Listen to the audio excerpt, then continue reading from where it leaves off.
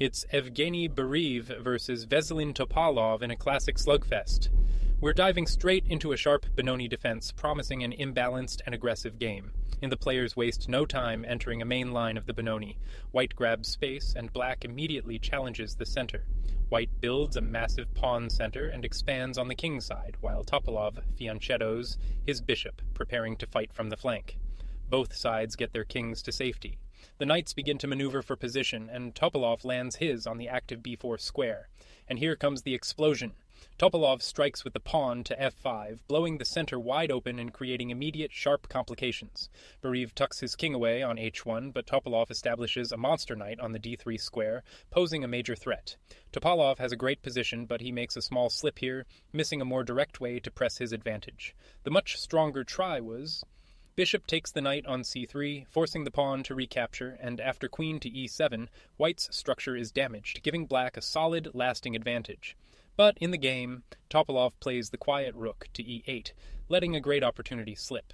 But Bareev misses his chance to punish the mistake.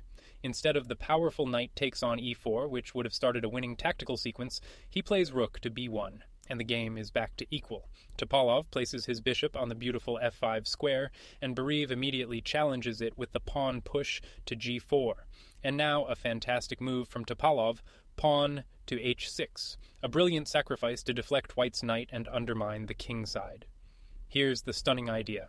If the knight moves to e6, black simply takes it, the pawn recaptures, and the d-pawn advances, completely seizing the initiative. The sacrifice is accepted. White takes the bishop on f5, and black immediately snaps off the knight on g5. But this recapture, pawn takes on g5, is an error. It opens the g-file for black's attack and hands Topalov a winning advantage. Black recaptures with the pawn on f5, and now the g-file is a highway straight to the white king. And rook takes on f5 is another inaccuracy. This allows black's queen to swing into the attack with devastating effect. And there it is. Topalov brings his queen to d7, and it's aimed squarely at the vulnerable white kingside. But Bareev finds a fantastic resource. Rook to f1 is the only move, a great defensive find to challenge the f-file. The point is this: if black challenges with rook to f8, white can trade rooks with check, black recaptures, and queen to g2 manages to hold everything together. A slip from Topalov?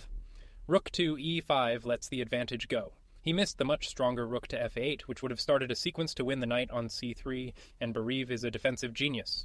Rook to f7 is another only move, a fantastic find that creates huge problems and claws the position back to equality. Topalov decides to cash in, taking the pawn on h3 with check. Wow, an absolutely brilliant defensive sacrifice from Bareev. Queen to h2, forcing a queen trade to survive. And if black gets greedy and takes the bishop on e3, then rook takes bishop on g7 is a crushing check. The king must recapture, and queen to h6 check would lead to a draw. Topalov has no choice but to accept. The queens come off the board, and we head into a very complex endgame.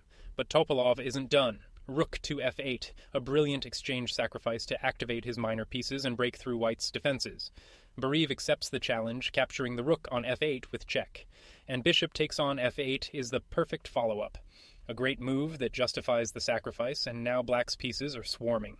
White's rook on f6 is a nuisance, but black's pieces are completely dominant, pushing forward with pawn to c4 and bringing the knight into the game.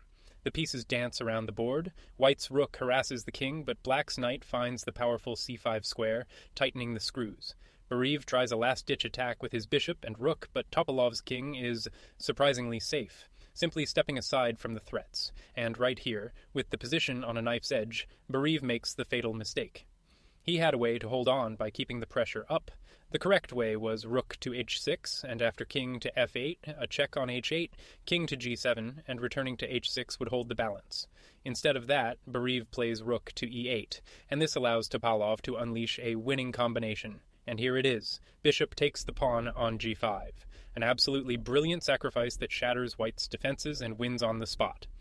White is forced to capture the rook on e5, but this is exactly what Topalov wanted. And now bishop takes the bishop on e3, the perfect precise follow-up that seals the deal. The point is devastating. After rook to e8, the king must run to h6, but then bishop to e2, and bishop to f4 check is coming, winning a full piece. White is lost, but this next move only speeds up the end. A better defensive try was available. The move was rook to e8, and after king to h6, bishop to g4, king to g5, and a check on g8, white could at least prolong the fight. But in the game, the pointless check with rook to e7 allows black's king to become an attacking piece. And look at this. Topalov's king marches up the board to f6, and after another check, all the way to g5. Total domination. Bareev can only shuffle his pieces, moving the bishop to d1, but the position is completely hopeless. Topalov is winning easily, but he misses the most clinical path to victory here. He could have ended things even faster. The killer blow was knight takes the pawn on b2, followed by bishop to c2, knight to d3, rook to f8, and bishop to f4 check, which is simply crushing. Instead, he plays bishop to d4, which is still completely winning, but gives white one more breath, and white's response doesn't pose any problems. There was a slightly more stubborn defense available. He could have tried bishop to c2, and after pawn to e3, knight to e2, bishop takes on b2, and king to g1. The fight continues a little longer. But after the move played, king to g2, black is now free to execute the plan he missed a move ago, and now the knight snaps off the pawn on b2, and the material advantage grows. The rest is a mopping up operation. Topalov's knights are absolute monsters, dancing around the board, winning another pawn on d5 and leaving white with no moves. And at this point, Evgeny Bareev resigns. A spectacular victory for Topalov. White is completely tied up and down significant material, so there was no reason to play on. For example, after knight to a3, pawn to c3, knight to c4, knight to b4, and the final killer knight to e3, the position completely collapses.